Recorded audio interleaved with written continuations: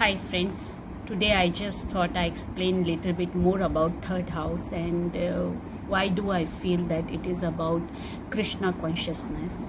See, third house represent many things. It's about our desires, about our communication, written or oral, spoken. It's also about our lust, short journeys and lot of things, other things, strength, courage, valor, many things. um, it's also of our free will, our options. It is also of dan. It's also of right hand. So all these things it represent. But in esoteric astrology, when we look at it, we have to think of many things. What is opposite it, what's higher octave of it, many things, regarding each and every house. So when we look at third house, we have to start thinking from soul's existence. Our soul exists on three folds. One is the higher conscious, one is our conscious, and third is amalgam of our higher conscious and our conscious. So basically, when we talk about third house esoterically, it's our communication, our conscious communication with our higher conscious.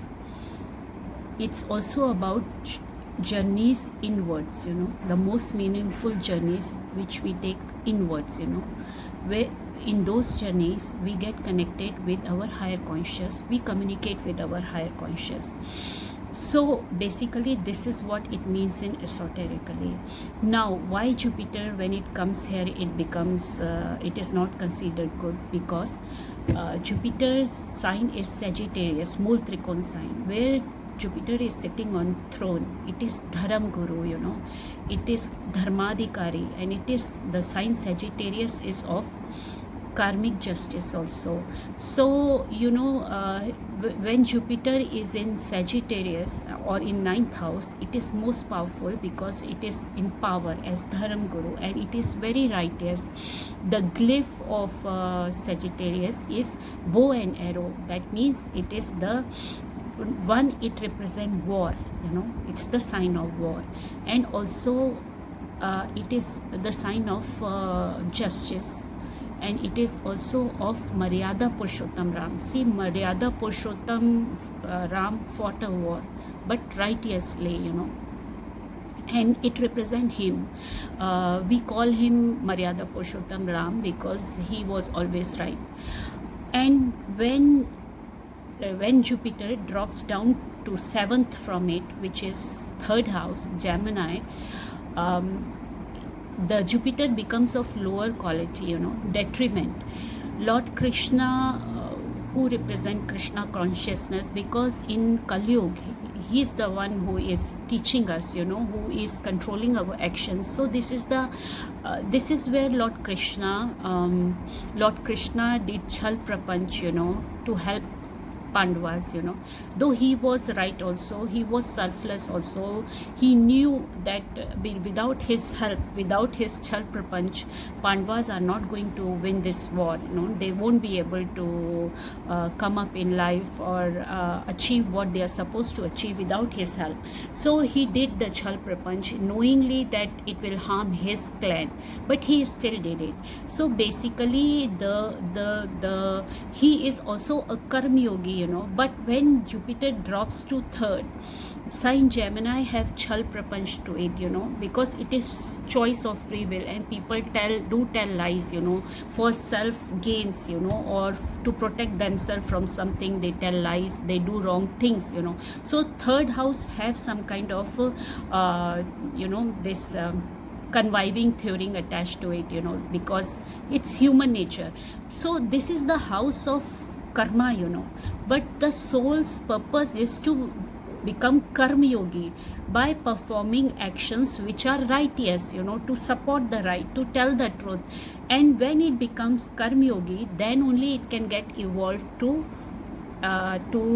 Sagittarius, to become a dharma yogi. So this is why this is the house, I said, it is of our higher conscious, it is of Krishna consciousness. And if you really see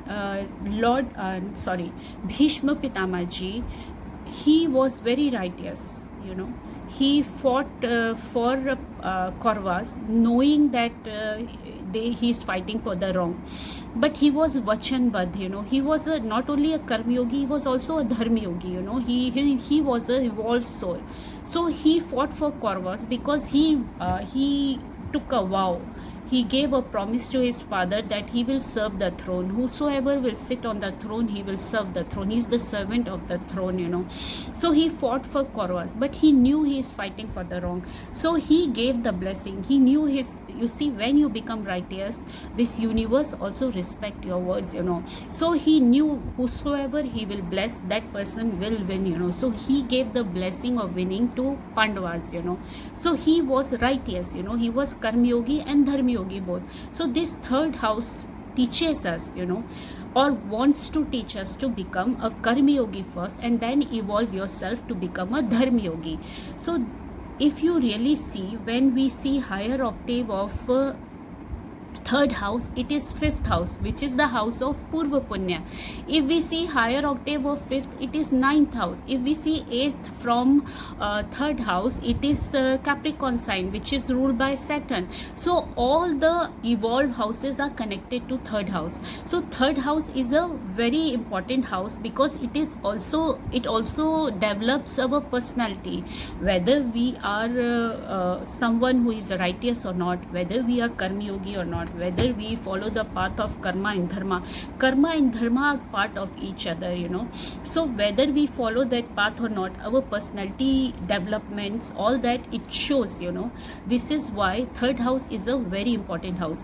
When we take an action and it is not right, when our third house is getting spoiled, how we come to know through our predictive or exoteric astrology.